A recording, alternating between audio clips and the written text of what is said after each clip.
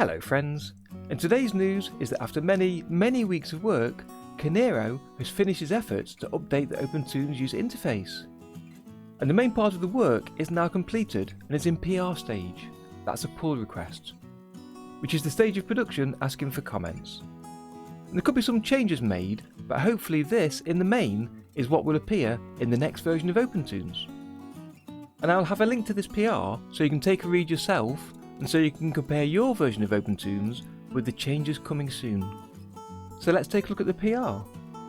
And Konero has explained what he's done really well, so if you don't mind, I'll take a read of some of his words. So he said, the scope of this PR was to clean up the GUI, but I ended up doing a bit more than that. I've redesigned almost every icon found in the core UI and added icons for every command found in the main menu bar, as well as many found in the command bar. And the icons are now themable, white or black, and are toggled by a user preference in the same place that you choose the theme. And for now, the user must restart for the change to take effect. So you change the theme in the Preferences dialog, and that's on the interface section at the top here. So there'll be a new option here to choose white or black icons. So you can see some of the icons that is changed on the main toolbar here, and they're just neater icons, hopefully showing a clearer view of what each tool does. So then you can see some icons on the command bar that's been changed, and then the icons on the X-Sheet toolbar, starting with creating the 3 level types, then entering and exiting the sub-X sheets, retiming, and some of the common functions for changing the exposure of the drawings. Then we've got the console below the viewer area. Then we've got different images for the file types that you can load and deal with in the browser room. There's the new folder icon. There's the new layout for the tasks view. Then the toolbar at the bottom of the schematic. And the new keyframe design. And again, reading from the PR. I redesigned the look of the keyframes. Instead of using an image of a key, I opted to use the diamond that's now found in most of the software.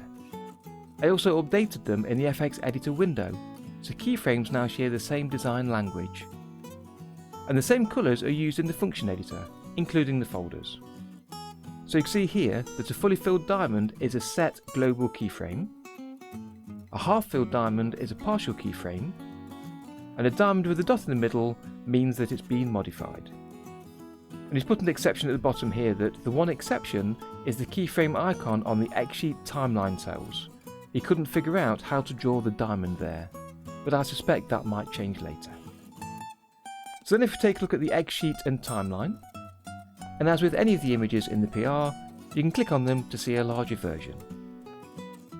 So as he says, I rebalanced the colours in the X-Sheet timeline to make them more pleasing to the eye.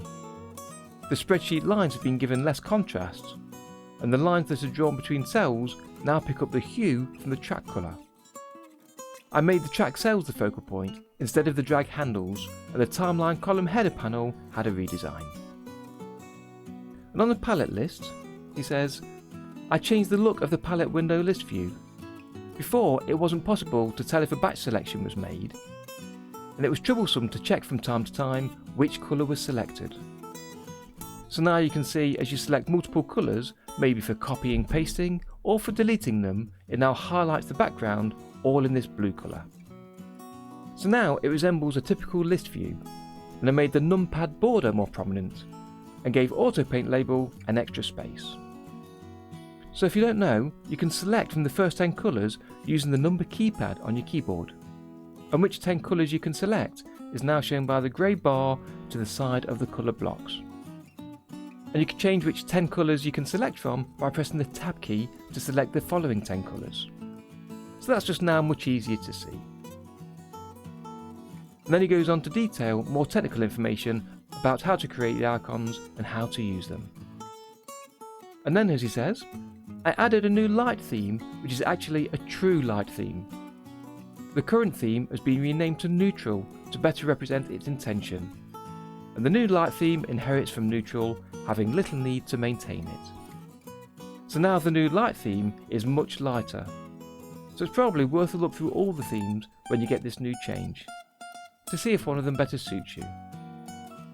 And then finally at the bottom, there's a list of very small miscellaneous changes. And these are small changes around margins of boxes and panels, just to make the interface that little bit neater. So I've not got a version of OpenToonz yet with these changes in to show you, but these are the changes coming soon. And I'll post a link in the description below when it's available in one of the versions. Thanks, little Darren. So do watch out for that. And I'll be back soon with more OpenToonz news. So subscribe and hit that bell to not miss out. And I'll see you next time for more news. And that's a Darren Tea.